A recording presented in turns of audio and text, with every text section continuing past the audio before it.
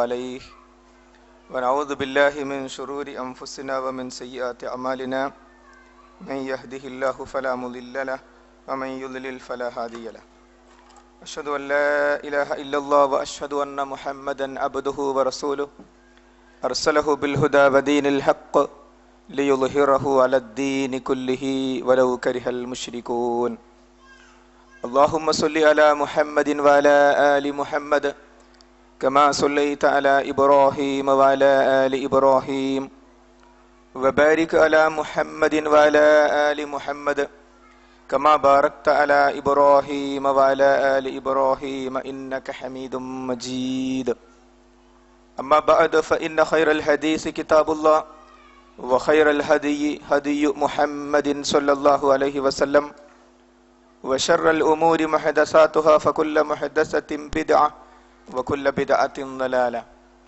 أعوذ بالله من الشيطان الرجيم يا أيها الذين آمنوا اتقوا الله حق تقاته ولا تموتن إلا وأنتم مسلمون بسم الله الرحمن الرحيم فأقم وجهك للدين حنيفا فطرة الله التي فطر الناس عليها لا تبديل لخلق الله ذلك الدين القيم ولكن أكثر الناس لا يعلمون ബഹുമാന്യരായ പണ്ഡിതന്മാരെ, രക്ഷിതാക്കളെ, ഇസ്ലാഹി സെന്റർ ഭാരവാഹികളെ, സഹോദരി സഹോദരന്മാരെ, പിഞ്ചുകുട്ടികളെ, സർവശക്തനായ റബ്ബ് സുബ്ഹാനഹു വ തആലയുടെ അതിമഹത്തായ അനുഗ്രഹം കൊണ്ട് നാം ഇപ്പോൾ ഒരു മഴ അനുഭവിച്ചു കൊണ്ടിരിക്കുകയാണ്. നമ്മുടെ നാട്ടിൽ മഴ പെയ്യുമ്പോൾ ആ മഴയെക്കുറിച്ചുള്ള വാർത്തകൾ ഇവിടെ കേൾക്കാൻ മാത്രമേ ഇപ്പോൾ നമുക്ക് സാധിക്കുന്നുള്ളൂ. എന്നാൽ നമ്മുടെ മനസ്സിന് കുളിർമ നൽകുന്ന മഴ, അതാണ് കഴിഞ്ഞ സെഷനിൽ നാം അനുഭവിച്ചത്. ഇവിടെ നടന്ന 3 സംസാരങ്ങളുടെയും കണ്ടന്റ് എന്തായിരുന്നു? ഒറ്റ ഉത്തരമേ ഉള്ളൂ: ഖുർആനും ഹദീസും. ആ പ്രസംഗിച്ച ആളുകളുടെ വാചകങ്ങൾ, അവരുടെ വാചകങ്ങൾ വളരെ വളരെ തുച്ഛം.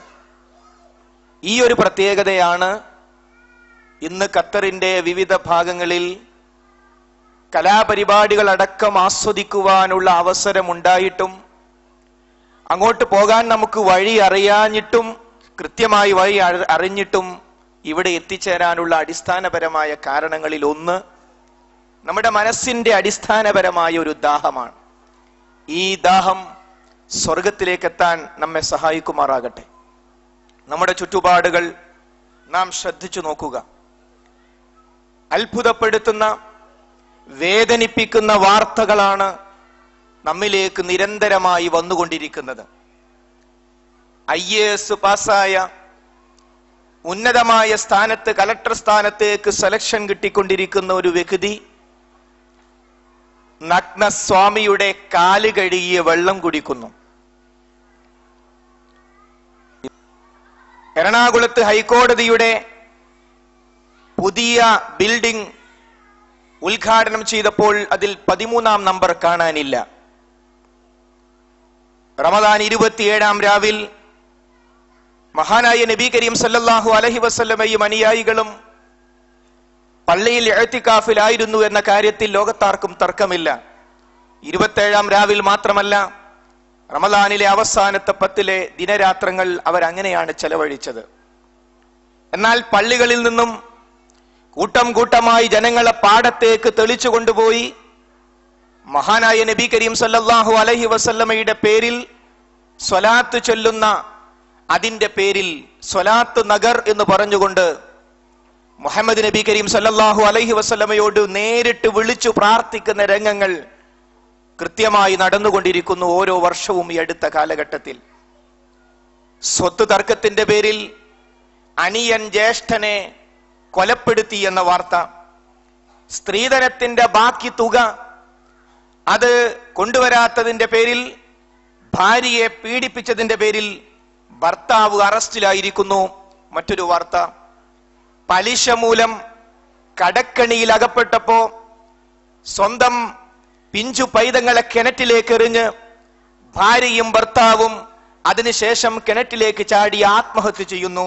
മറ്റൊരു വാർത്ത, സ്വന്തം മാതാവ് മകനെ വെട്ടി നുറുക്കി കൊല്ലുന്നു. എന്താണ് പ്രശ്നം? സ്വന്തം മാതാവ് മറ്റൊരു അന്യ പുരുഷനുമായുള്ള അവിഹിത ബന്ധം മകൻ കണ്ടുപിടിച്ചു എന്നതായിരുന്നു കാരണം. അരീക്കോട്ടടുത്ത് ഒരു വിദ്യാർത്ഥി വെള്ളത്തിൽ വീണ് കാണാതായി. ആ കാണാതായ വിഷമത്തിൽ ആ തെരച്ചിലിൽ പങ്കുചേർന്നപ്പോ ആ കുട്ടിയുടെ മൂത്താപ്പയുടെ വീട്ടിൽ ലക്ഷങ്ങളുടെ കവർച്ച നടക്കുന്നു. ഇവിടെ മരണത്തെക്കുറിച്ചുള്ള വിഷമവും പ്രയാസവും മയ്യത്ത് എവിടുന്ന് കിട്ടുമെന്ന് പ്രയാസപ്പെട്ടു നിൽക്കുമ്പോ അതിന്റെ പിന്നാലെ പോയവരുടെ വീട് കുത്തിത്തുറന്ന് അവിടെ കവർച്ച നടക്കുന്ന മറ്റൊരു വാർത്ത. തിരൂരിൽ അടുത്ത ദിവസം കവർച്ച കേസിന്റെ പേരിൽ, മുമ്പുള്ള ഒരു കേസിന്റെ പേരിൽ അതിന്റെ വിധി കേൾക്കാനിരിക്കുന്നു രണ്ട് സഹോദരങ്ങൾ. വിധി കാത്തിരിക്കെ അവിടെ കേസിനായി വന്ന മറ്റൊരാളുടെ പോക്കറ്റ് അടിക്കുന്നു ഈ രണ്ടുപേർ. എന്നിട്ട് കിട്ടിയ 1500, 750 ഓഹരി വെക്കുന്നു. ആർ? തന്റെ കവർച്ച കേസിന്റെ വിധി കേൾക്കാൻ വന്നവർ. വിവാഹ സദസ്സിലേക്ക് ഈ അടുത്ത ദിവസം വിവാഹ സദസ്സിലേക്ക് ആ വിവാഹത്തിന്റെ മർമ്മസ്ഥാനത്ത് വലിയന് കൈകൊടുക്കാൻ കാത്തു നിൽക്കുന്നു വരൻ. അവിടേക്ക് 2 ജീപ്പിൽ യുവാക്കൾ കടന്നു വരുന്നു. നേരെ കടന്നു വന്ന് സ്റ്റേജിലേക്ക് കടന്നു വന്ന് വരനെ പിടിച്ച് ഉടുതുണി അഴിക്കുന്നു. മാത്രമല്ല ആ സദസ്സിൽ, വിവാഹ സദസ്സിൽ പങ്കെടുത്ത എല്ലാവർക്കും ഒരു ലഘുലേഖ വിതരണം ചെയ്യുന്നു. ഇവന്റെ കഴിഞ്ഞകാല ജീവിതം ഇന്നതാകുന്നു എന്ന് പറഞ്ഞ് അവന്റെ മുഴുവൻ തകരാറുകളും 1, 2 എണ്ണുന്നു. നാം വിചാരിക്കും എന്തേ വളരെ ക്രൂരതയായി പോയല്ലോ, ഈ ഇരുന്ന വരൻ മുമ്പ് മറ്റുള്ളവരുടെ വിവാഹത്തിന് അങ്ങനെ ചെയ്തിട്ടുണ്ട്. ഒരു പവിത്രമായ സദസ്സിലാണ് ഇത് കഴിഞ്ഞ ദിവസം നടന്നിട്ടുള്ളത്. ക്ലാസ് ടീച്ചർ ക്ലാസ്സിൽ നിന്നും കുനിഞ്ഞപ്പോൾ ആ നഗ്ന ഭാഗങ്ങൾ ക്ലാസ്സിലെ ഒരു കുട്ടി ചിത്രമെടുത്തു എന്നറിയുകയും അത് മറ്റുള്ളവർക്ക് സെൻഡ് ചെയ്തിട്ടുണ്ട് എന്നറിഞ്ഞതിന്റെ പേരിൽ സ്കൂളിൽ നിന്ന് തൽക്കാലം താൻ വരേണ്ടതില്ല എന്ന് തീരുമാനിക്കുന്നു ഒരു അധ്യാപിക. ഇങ്ങനെ നമ്മുടെ ചുറ്റുപാടുകളിൽ നമ്മെ ഇരുത്തി ചിന്തിപ്പിക്കുന്ന, എന്തുണ്ട് പരിഹാരമെന്നറിയാതെ ചോദിച്ചു പോകുന്ന വിഷയങ്ങൾ ഈ സദസ്സിലുള്ള ഓരോരുത്തർക്കും എത്രമാത്രം പറയാനുണ്ടാകും. അതെ, ഈ നാട്ടിൽ ഒട്ടേറെ പ്രശ്നങ്ങളുണ്ട്. പട്ടിണിയും ദാരിദ്ര്യവും ഒക്കെ പ്രശ്നങ്ങളാണ്. പക്ഷേ വല്ലാത്തൊരു പ്രശ്നം, ഉത്തരവാദിത്തമില്ലാത്തൊരു സമൂഹം വളർന്നു വരുന്നുവോ?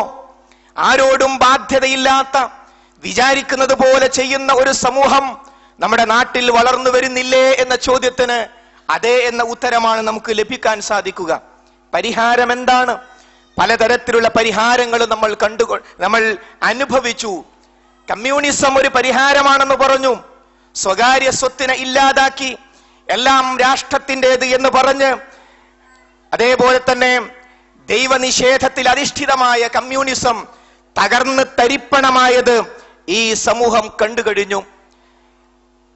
ഓരോ വ്യക്തിക്കും ഇഷ്ടം പോലെ സമ്പാദിക്കാം, അതിന് യാതൊരു നിയന്ത്രണവുമില്ല എന്ന് പറയുന്നതോടൊപ്പം സമ്പാദ്യ രംഗത്തെ ധാർമ്മികതയും നൈതികതയും അവരവർ തന്നെ തീരുമാനിച്ചാൽ മതി എന്ന് പറഞ്ഞുകൊണ്ട് മുതലാളിത്തം കടന്നു വന്നപ്പോ അതിന്റെ ദുരന്ത ഫലം ഇന്ന് ഈ വർത്തമാന കാലഘട്ടത്തിൽ നാം ഇപ്പോൾ അനുഭവിച്ചു കൊണ്ടിരിക്കുകയാണ്.